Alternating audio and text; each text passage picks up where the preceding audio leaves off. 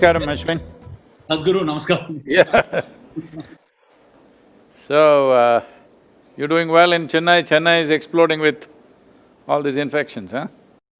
Initially, I felt like I was okay, but now I'm getting really edgy. I want to go out and play or do something like that. I'm getting really edgy inside the house. No, but Tamil Nadu was well controlled in the beginning, first 3 weeks, but now it's going off. But isn't it like the fact that it will go in high numbers all over the country? I don't know, because the numbers are increasing every day. It's getting a little concerning. Yes, it is. At the same time, almost 70% or 75% is within 20 districts. That way it's not spread. But now this migrant labor has gone across the country, back home. So will they spread it there is a question. But I generally feel the rural population may be having enough immune system within themselves that they may not be casualties there big time except very vulnerable, very aged group of people. See, everybody is talking about this herd immunity and all this stuff. If you go that way, if you go towards herd immunity, you will wipe out the geriatric population in the country or in the world. So, that is not really an option, but if it goes away, runs away in that direction… But Sadhguru, tell me something in this current situation where we are standing. What is the direction that people should look for? Because at one side of it, a lot of people are looking for livelihoods. A lot of people, I mean, thankfully we are all blessed. I'm in the blessed category where I can still have sufficient to eat on a day-to-day basis and still manage to handle my anxieties. Then there are another set of people who are struggling to run their businesses. The economy is suffering. What is the answer to this? How long will people have to bite the bullet? See, no nation can afford to close itself down forever, okay? We have done exemplarily well, actually. Over 65 days, we've been closed. I think with 95% pass mark, maybe 2 to 5% might have failed, but largely we've done that. But the nature of the virus is such, if there is one person left with infection, he will again start a new cycle. That's how it is, because even if you have been infected once and you come out negative later, still you're vulnerable to infection. That is what we are seeing. So having said that, it is… unfortunately, maybe in the end we only have to think of herd immunity, but that will be a terrible thing because our parents, grandparents will all get wiped out. That's what it means. So, there is… see, there is no clear voice from the scientific community anywhere in the world to say this is the nature of this virus, we can do this. There is no clear voice about that because nobody has figured out what exactly it is. There is still debates going on. I was talking to, this Global Doctors Association, and they are saying every day they are publishing now, writing 128 papers per day is being done, thousands of papers. Every day somebody is discovering something new about the virus and they're writing on it, 128 per day average is happening. So, that means we are that confused, all right? So, without a clear perception that this is the nature of the virus, this is how it'll behave, even if we don't find a vaccine, at least if we have a proper, treatment protocol, we can feel comfortable. Right now, there is no treatment protocol. Somebody says take hydrochloroquine, somebody says take that Ebola drug, somebody says take the HIV drug, somebody says drink Lysol. It's like variety of things. Well, we are giving Nilavembu to everybody. We just shooting, we're shooting in the dark, literally. Only thing we can do is strengthening the immune system. For this we have protocols, which is what we are doing, and we are trying to mass, implement it as far as possible. Some simple yogic practice, little bit of care about what you eat, and a few other Ayurvedic and Siddha concoctions which will boost the immune system. This got nothing to do with the virus. something to do with us. With the ability to fight. Sadhguru, just one more question I've been wanting to ask, and I seem to find it very difficult to get answers very clearly. You can ask me any question, don't throw me carom ball and all, I'll hit it for a 6, be careful. No, I'll come to your cricket abilities very soon, Sadhguru, because I've seen you play all sport. I want to understand, what are you? Are you a bowler or a batsman, Sadhguru?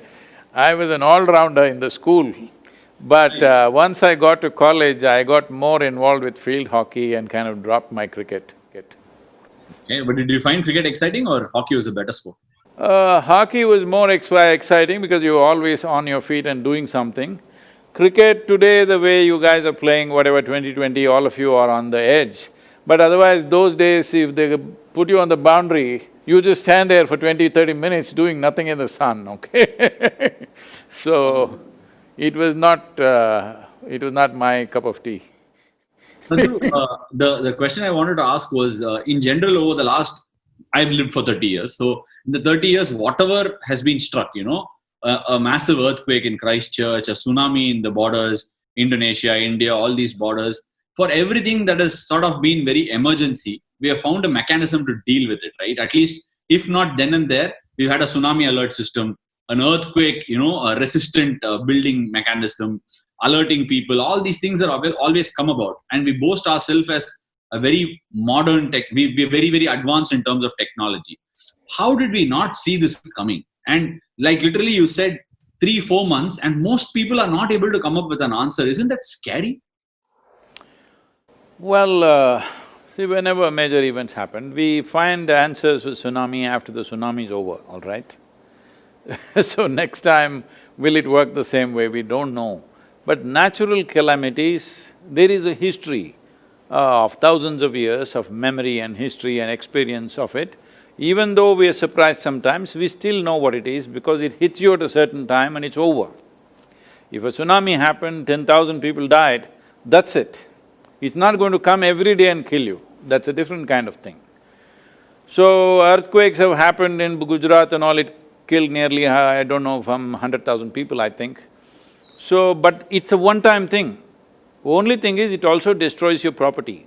This leaves your property, just cleans you up, all right? This is a different kind of thing. This is the nature of virus.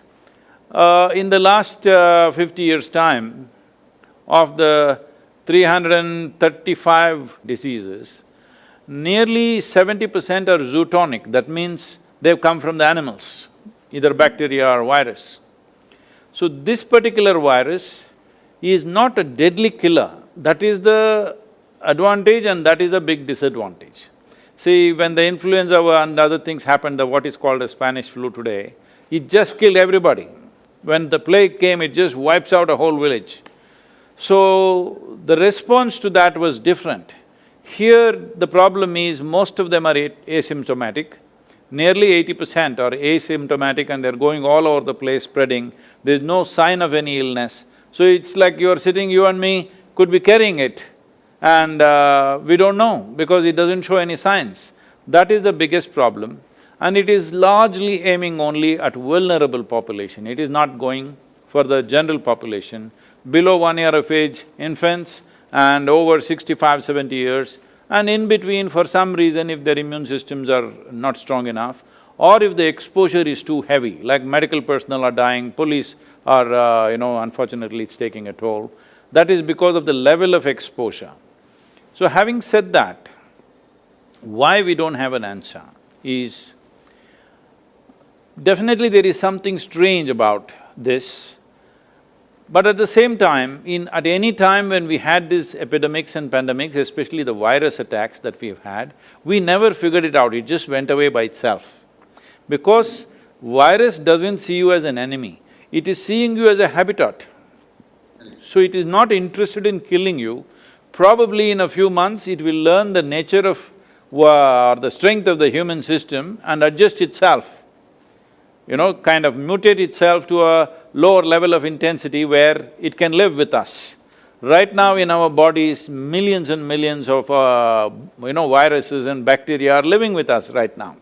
For example, tuberculosis for example, if you take it, Right now, India has set a goal by 2025, we'll get rid of tuberculosis. The basic test that is done for tuberculosis around the world is called Manto's test. If you and me go for a test, any Indian goes for a test, we will all show positive. We all have tuberculosis bacilli, but we don't have the disease. But all Indians have it. So, the tuberculosis bacilli, we want to eliminate by 2025, but they're all living with us and we have no issue, most of us. Only if its concentration goes to a certain point, it becomes a disease. Otherwise, almost all Indians carry this quite normally. If the same level of bacilli happens to, let's say, an American or a European person, they will fall sick. We are not falling sick because we have lived with that for so long. So that is what we are looking for as a solution, that's what herd immunity means, that at some point we may get used to the virus. But before that, how many lives will it take? This is not a decision that you make, it may go that way, unfortunately. Okay, an interesting question I've been wanting to ask you for a long time, Sadhguru. This thing where you speak about Ramayana, Mahabharata and all our so-called mythology now, everybody has a different connotation to whether it happened or didn't happen. Now that argument is only in Chennai. Whether it happened or not. These are beliefs, I do not want to get into it, but you said something very interesting when it came to all these epics or mythologies, however you seem to believe. You said there is so much to learn rather than testing the authenticity of whether it happened or not happened. Right. Do we have anything tracing back to those times in order to deal with such a situation that we are in right now? See, the advantage that those times had was the concentration of population has never been like this, okay? So if it did happen, let us say it happened in Ayodhya, it would not come to Chennai for sure. Only Rama came, he should have brought, but 14 days quarantine would have happened by the time he walked down. I mean, he walked through the Ram Setu dam the thing as well, so it must have gone there as well, not a problem. No, by the time he walked from Ayodhya to Tamil Nadu border, more than 14 days, so quarantine was over. And he must have traveled, he must have walked through, right? Yes, by foot. So it would have taken months, so by then it was over. It's because of air travel. It is essentially because of air travel, so quickly it's across the world. Right. In fact, I felt like I came into India from New Zealand in March when the virus was actually hitting through the Singapore and the Chinese region and going into America and all that. At that point of time, it didn't feel like, I mean, all of us were sitting inside the zone of saying, you know what, it will not happen in India. There is so much heat, there is so much, in fact, rightly put, so much ignorance amongst the people. Sometimes we believe we shut our eyes inside a closed room and believe there is nothing happening wrong. Even today, I was talking to a couple of my cricketing colleagues and they happen to say, it's become normal. We have to deal with it like cold and fever. We are not yet there, right? No. See, young people may deal with it just as cold and fever. That too if they're, if they have a sturdy constitution. But that's not how it is. People are just falling dead all over the place. When nearly 500,000 people have died, you can't say it's cold and fever. But at the same time, every year, influenza in America kills 50,000–60,000 people, like this. But this is not going to pass like that virus. This can continue and come back in waves and waves. It is possible, but we still don't know. I have a gut feeling in India, by mid-September, towards the end of September, it will be largely gone and our economic activity will be back to normal. It may not be where it was a few months ago, but in terms of activity, it will be back.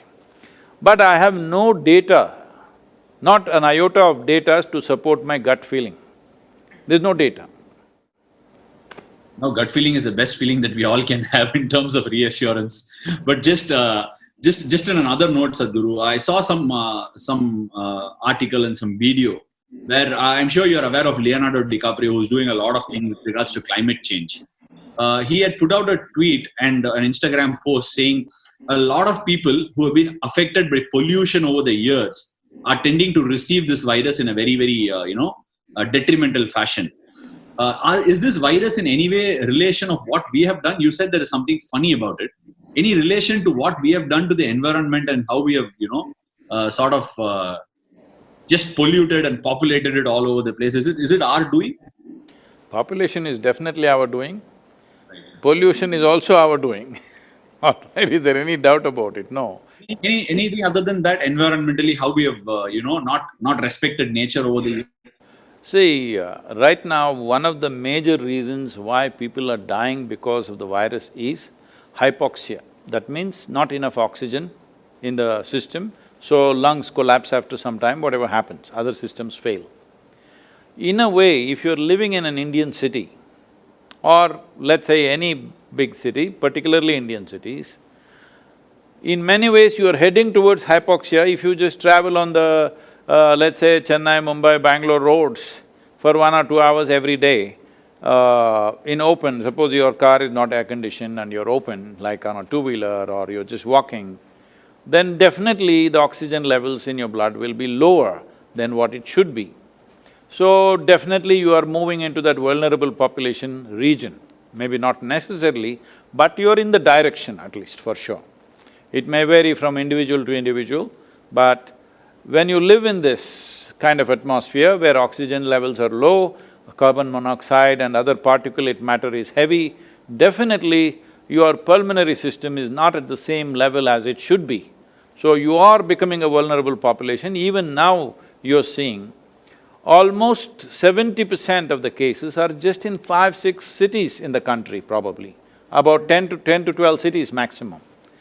Rest of the country doesn't have it, the rural population doesn't really have it. And one more thing that I've constantly been telling in the ashram, everybody is practicing right now is to stay in touch with the earth. If you stay in touch with the earth, your immune system is always many times stronger than other people. So this is one of the treatments we do for all the patients who come. I must tell you this situation. We used to… earlier, now we are calling it Rejuvenation Center, but at one time we used to call this Isha Yogic Hospital. There was a hospital. So about 10-12 doctors from Michigan area, from the Ford medical system, they came here because they were very interested in the yogic hospital. So I couldn't meet them, they were here for about 3 days and I'm talking many years ago, like about 22 years ago or so. So they came and after the third day, it seems they got very angry, they called me in the morning and said, Sadhguru, their doctors are all very upset, they want to leave right away.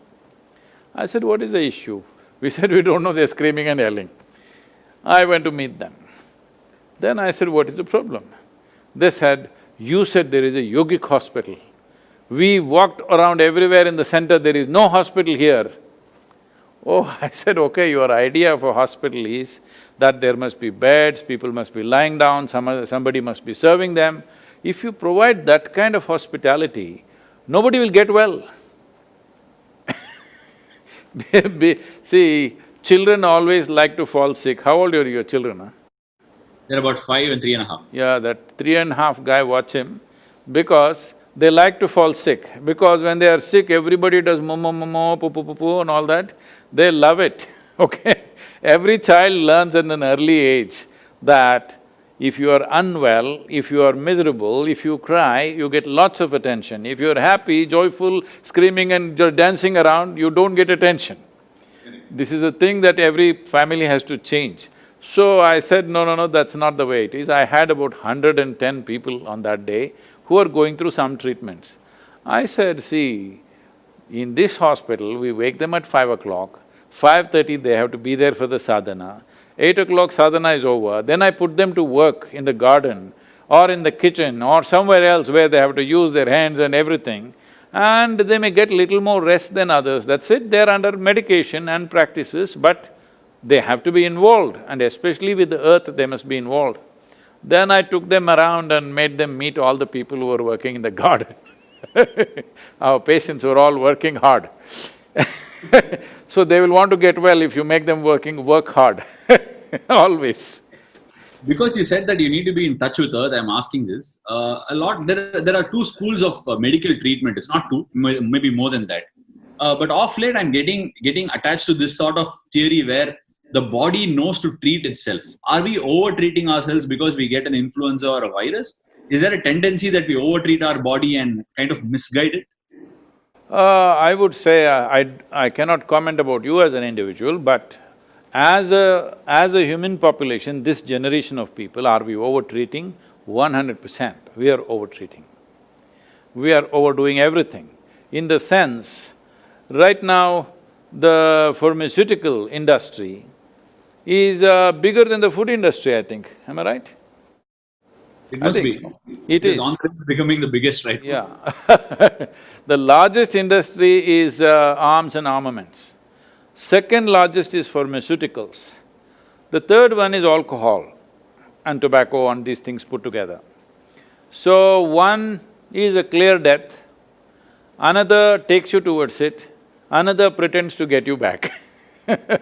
Having said that, I am not trying to discount the impact of modern medicine. You and me are alive today, probably only because of modern medicine. Otherwise, small things could have killed us. Average life expectancy of an Indian was 28 years in 1947. Today it is 73 or 74, which is a significant achievement for the nation. But that's not happened without vaccines and things like that. Otherwise, anything, smallpox, this, that could have killed us. So, our life, we owe it to modern medicine, there's no question. But in present conditions, at the level of concentration of populations that we have, without modern medicine, I don't think we can survive. Without pharmaceuticals, you cannot survive. There was a time when people lived in nature, there was substantial space for every human being. Then it was possible to just eat some leaves or eat some fruit or just fast for 2 days and get well, all this. Even now you can do if you're maintaining your lifestyle like that.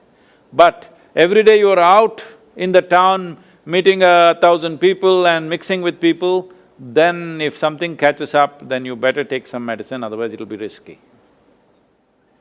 Sadhguru, another important thing as far as I was concerned, I was very enamored by the whole thing of Cauvery calling, right? And you explained in detail about what Cauvery calling is and how much of deforestation has happened, and we need to reforest them to get the land back. Water needs to be, the land needs to have the ability to hold the water on and all that sort of stuff. How far are we in the zone of rehabilitating? I know it's a long-term process, but how much have we made strides, Sadhguru? See, the significant thing is the Karnataka government announced subsidy for the farmer. For every tree, 125 rupees subsidy has been allotted. Not only that, for somebody who encourages somebody to plant a tree, he gets 5 rupees. Suppose you are the farmer, I make you plant 100 trees, now I get 500 rupees for this. So now we are training youth to be agents of change. So they can take this up like a part-time profession, that they meet the farmers in the local areas, because they know each other, they're related largely, they can talk to them and encourage them and may facilitate this stuff, because both will benefit. He will get subsidy, this guy will get 5 rupees commission for that. So this process is already on. This monsoon we were to go full on, but now we are like little slowed down. But still, I think in Karnataka we are planting about somewhere around 70 lakhs or 72 lakh saplings, which already farmers have been booked for. So this is a comprehensive thing, that it is a combination of trees so that the land rejuvenates. Right now UNCCD is very concerned about India because our soil is dying. See, when we say soil, we are just talking about largely 39 inches of topsoil. On an average in the world, there is 39 inches of topsoil. Almost all life happens in this 39 because of these 39 inches of soil. Tamil Nadu and southern India largely considered a blessed land because where we are right now, we have nearly 18 to 20 feet of topsoil, which is a fantastic thing. This is the reason why agriculture has been on here for over 12,000 years or so. There is history of agriculture, because in some places here, not so in southern Tamil Nadu probably, but in this part, western and northern part of Tamil Nadu, 15 to 20 feet of topsoil, this is extremely rich place that way. See, we may think Richness means we struck oil, gold, diamond, this one, that one. But for the next generation, if you want the next generation to live a rich life, when I say a rich life, I'm not talking about your stock market or your bank balance or something like this. Well, clean air, pure water, nutritious food, and life is throbbing within you, this is a rich life. Rest of it is just, accessories to life. The real life is in this, how wonderfully a man can function, a human being can function, simply depends upon how pure is the air, how clean is the water, how nutritious is the food that you consume. If there is no strength in the soil, right now nearly 42% of Tamil Nadu soil has been declared as fallow. That means it's becoming desert. So there is a whole movement to stop this desertification, but nothing much has happened on the ground. Too much talk has happened, conferences have happened, papers have been written, but on the ground, this is where Cauvery calling came in. For that, so many people are protesting against that. Do you know this? They're all located in Chennai only. They are saying it's dangerous to plant this many trees. Can you believe that? They're saying it's dangerous. Before these people came or I came or you came, what was here on this land? This land was all trees. So how does it become dangerous to put back the trees? Simply because they're only looking at it in some way, because there is no money in this, that's their problem, I think. Because in every ecological thing, conference, go here, go there, there is money. Now action on the ground, there is no money, you have to spend from your pockets. So, nobody is interested in this. But Karnataka government has taken the policy changes very quickly and very, very responsive. On the ground, things will happen there for sure. It should have happened much larger. We were preparing for a very big during the monsoon, but now we've kind of toned it down a little bit because we don't know when it'll become safe for our volunteers to go village to village, meet people, do these things. We are not sure about that yet. It doesn't look like… monsoon is about to start, already pre-monsoon showers are coming here. So anytime monsoon will start pouring within the next week's time. So we are still not ready because we don't want to send young people out there and suppose somebody, these are all dedicated people, we don't want to kill them, they're willing to give their lives, that doesn't mean we can take their lives, all right? So because of that, we've slowed down a little bit, but still over 70 lakh saplings will go. See, we must understand this, the difference between this and afforestation is that this is going into farmland, private land. That means they will take care of it because it's their commercial interest. That is the fundamental difference that I've been trying to beat it into everybody's heads, but after talking for hours, in the end they ask, where is the land? Really, I've just been seeing in various places I've been going and speaking to people who hold responsible positions, after explaining everything for 1 hour, in the end ask, all this is fantastic, Sadhguru, but where is the land? The land is in the hands of the farmer. Only if you make it lucrative for him, you can put back these trees, otherwise you will only talk about it. We have a lot of this discussion on farmers, right?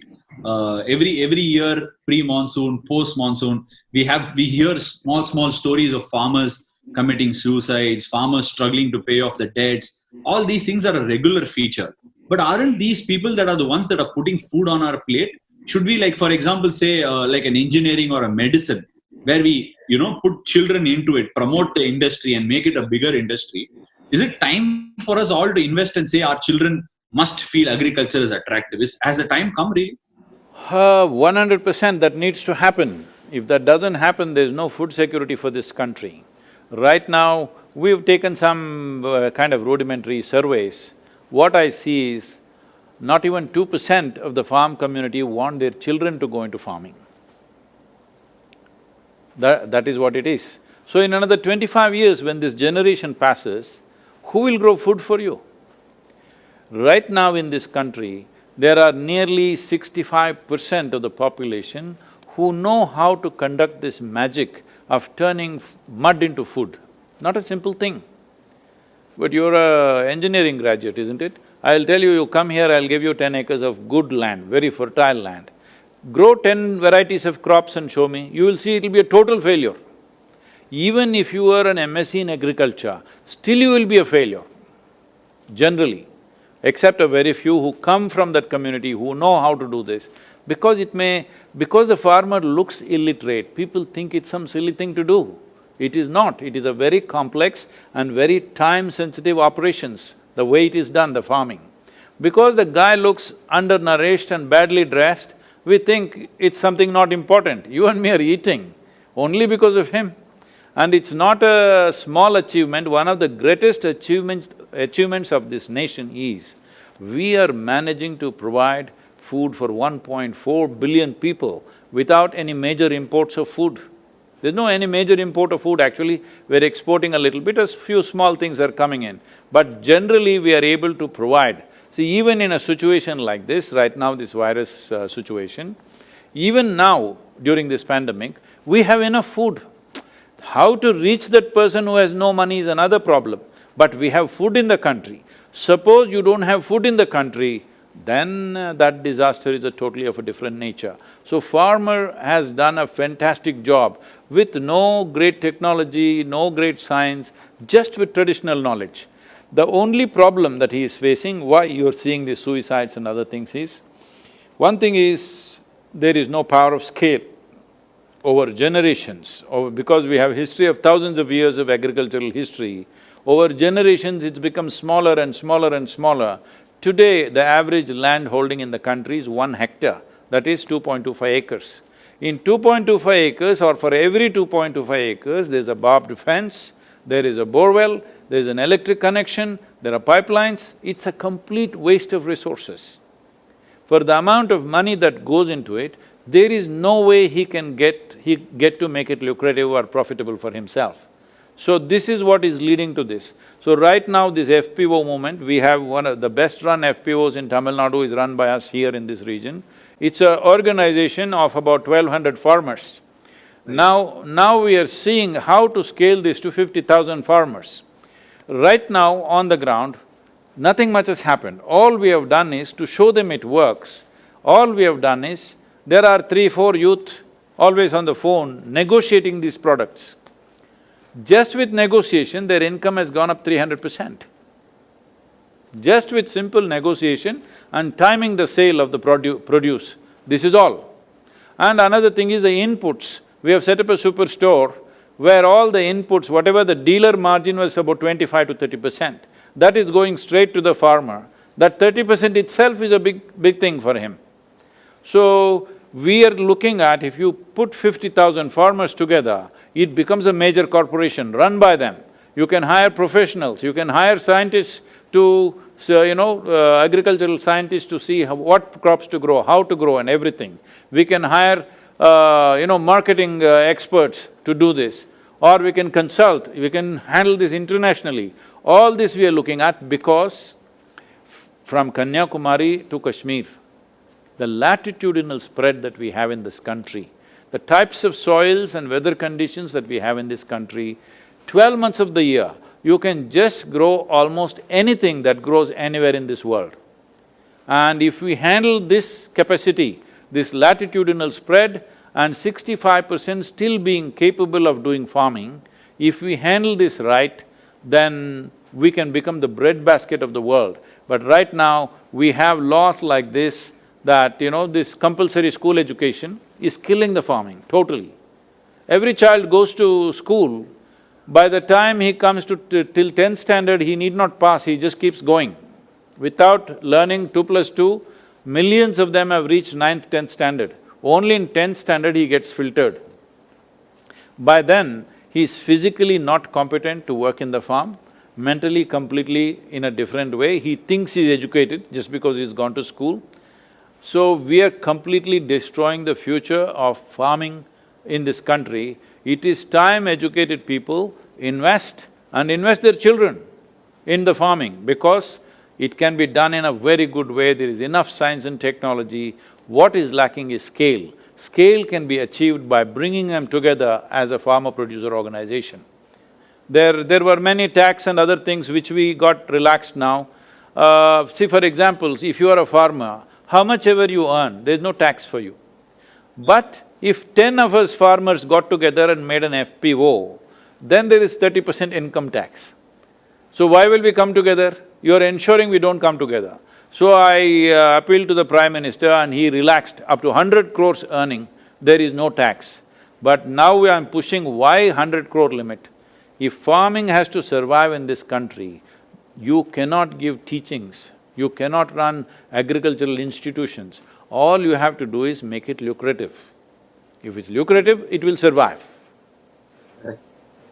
Sadhguru, forgive my ignorance if this question is not pertinent, but if you take a look at big communities in India right now, one is the movie industry is big. I'm not well versed with the movie industry. The cricket industry is really large. But so when I speak about the cricket industry, until Kapil Dev lifted the 1983 World Cup, and later on when Sachin Tendulkar came into play for the country, the game was largely not money driven. It was telecasted free of cost on TV. Then the TV rights came and the players started earning more. Is there a possibility, the way you're saying how large a scale this agriculture is there a possibility that such people can come into the mix and make this a really large and phenomenal industry? Is there a possibility? Yes, what else do you think I'm doing? That's what I'm trying to do. We are putting our energies behind it, we are raising money for this, and above all, giving a voice to it. See, right now, because you mentioned the word suicide, suicide in not some… See, individual people unfortunately will commit suicide for a variety of reasons. When over 300,000 people commit suicide in a matter of 15 to 20 years for one reason, one particular reason of farm distress, nearly 300,000 or more than 300,000 people have committed suicide, let's say in this century, in the last 20 years. It's actually in about 15, 16 years, let's say 20 years. Because some people will always debate, no, that guy died because he had family issues, this, that they're saying. But I'm asking you, usually the explanation is, that's because he couldn't pay his bank loan, he killed himself, this happened, that happened. I'm asking you, suppose you are a farmer, you have a rich soil and abundant water, no matter what is your situation, would you commit suicide? Or would I commit suicide? Definitely not. Right now, the distress is the soil is so poor. Soil is so poor. Why did it become poor? You can keep the soil rich only by putting organic content into it. See, soil is full of life. If you…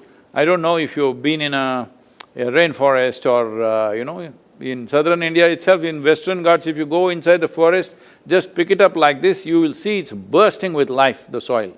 That's how it should be. But right now it is plowed and left open for 8–9 months. It's really dead. First 9–10 inches, 12 inches where the crop goes is completely dead. Whenever you fly from Chennai to Delhi, now you're in the Delhi team, I heard, so you have to fly Chennai to Delhi, every 5 minutes look out of the window. You will see India looks like a brown desert, except a few green patches here and there. Most of it is a brown desert because these are all agricultural lands. When there is no crop, they're just plowed and left open to kill the soil. So this kind of practices we have come to because we saw Europeans doing massive, industry like farming. But now they've all changed, but we didn't change. We are still doing the same thing. It is very important. See, suppose you grow 1 ton of, let's say, sugarcane or paddy or whatever from the soil, what you have taken out is 1 ton of topsoil, isn't it? Yeah. You have to put it back. How can you put it back? The only way is leaves from the trees or animal waste. Trees are gone long time ago. In Cauvery basin, 87% of the tree cover has been removed in the last 70 years. And animals are all traveling abroad. There are no animals on the farm. People think tractor will do it, tractor will plow it, but tractor will not enrich the soil as animals would. Animals would work also and enrich the soil also. But now they're all gone, people thought they're useless, and we are thinking just by putting salts, everything will be okay. For all those people who don't understand what I'm saying, in our meal, in southern Indian meal, without salt we are not eating any food. Little bit of salt and so many other things. Instead of that, make it 90% salt and 10% whatever else you want to eat. One meal if you eat like that, you will understand what you are doing to this soil and to this country. Okay. Thank you, Sadhguru. Anything else? Anything else, Sadhguru? Well, the sport in the world may not be the same for next 12 months probably. There are no spectators, so there is no big excitement and stuff like that. But I think this is a time we should learn to live with, because there is no point risking those people who are vulnerable. Risking their lives is not our business. Because I am not vulnerable, I will go and do whatever I want to do, is not a human way of doing things. We have to respect that. And we must make sure that the casualties are minimum. And at the same time, we must focus on putting this nation back on the track, whether it's economy or sport or culture, everything should come back as quickly as possible. We can't just be locked up forever, but in a very responsible and conscious way. Thank you, Sadhguru. It's been a pleasure. It's been a dream for me to do this. Thank you for honoring. Thank you so much. Namaskaram, thank you very much. All the best for you for whatever match is coming up. Thank you, Sadhguru. Namaskaram.